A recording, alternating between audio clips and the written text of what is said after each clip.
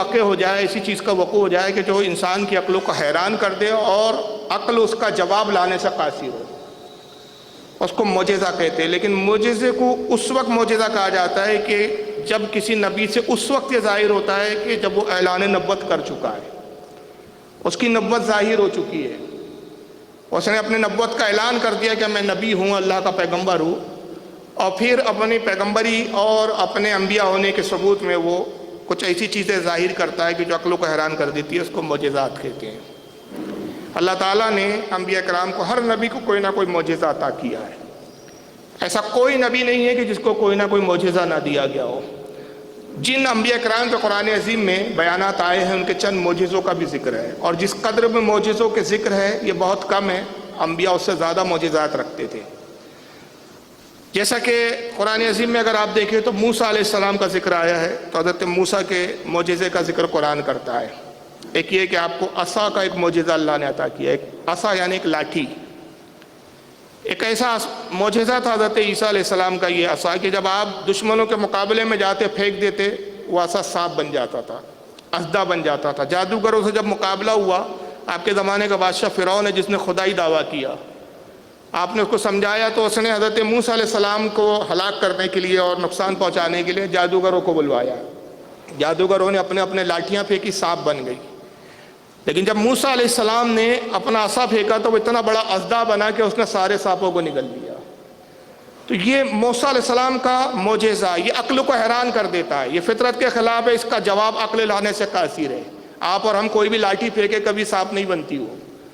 تو یہ فطرت کے خلاف، عقل کے خلاف، قانون کے خلاف، طبیعت کے خلاف، مشاہدے کے خلاف یہ جو چیزیں وقوع ہوتی ہیں انبیاء سے، اس کو معجزہ کہتے ہیں۔ پھر ایک اور معجزہ تھا حضرت موسیٰ کا ید بیضا۔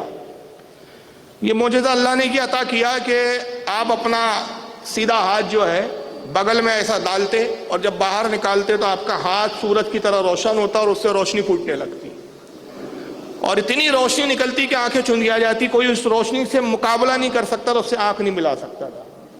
یہ ایک معجزہ تھا جس کو قرآن نے ید بیضا کہا۔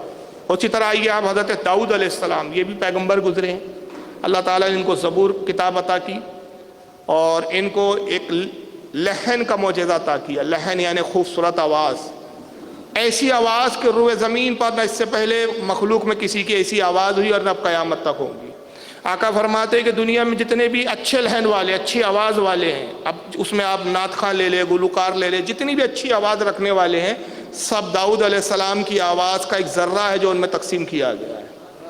تو داؤد علیہ السلام کی آواز کا کیا عالم تھا، جب زبور کی تلاوت کرتے ہیں تو آسمان کے پرندے اڑتے ہوئے وہیں ٹھہر جاتے تھے، معلق ہو جاتے تھے، نہ زمین پہ گرتے ہیں نہ آگے بڑھتے۔ یہ ایک معجزہ تھا کہ جانور اور پرندے اس کو سن کر میں ہو جائیں، اس آواز میں ڈوب جائیں، اپنی فطرت اور اپنی طبیعت کے خلاف جہاں ہیں وہیں رک جائیں۔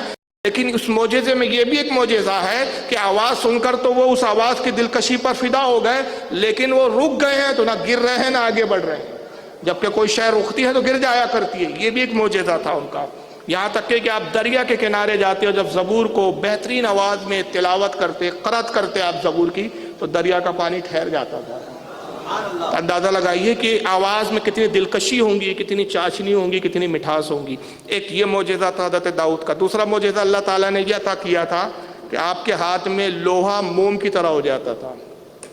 جیسے موم کو انسان اپنے ہاتھ میں لے کے آسانی سے جیسا چاہے ویسا موڑے، جناب داؤد علیہ السلام جو ہے لوہے کو بغیر گرم کیے ہوئے کچے ہی حالت میں، ٹھوس حالت میں اپنے ہاتھ سے جیسا چاہتے اس کو موڑتے، اس کی زنجیریں بنا لیتے تھے آپ، اس کی ڈھالیں بنا لیتے تھے، اس کی زیر بختر بنا لیتے تھے، جیسا چاہتے تھے آپ لوہے کو موڑتے۔ آپ کے ہاتھ میں لوہا آتی ایسا نرم ہو جاتا گویا کہ لوہا نہ ہو، اب گویا کہ وہ موم ہو گیا ہو۔ یہ ایک حضرت داؤد علیہ السلام کا معجزہ تھا۔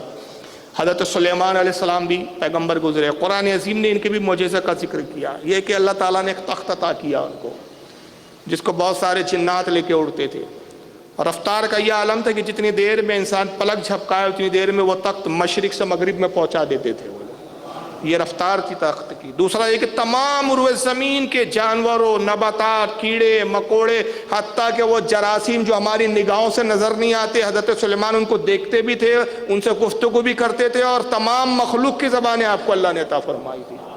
کیڑے اور چونٹی اور رینگنے والے جتنے جانور، اڑنے والے پرندے، زمین پر چلنے والے جتنے جاندار ہیں، سب کی زبان آپ کو آتی تھی۔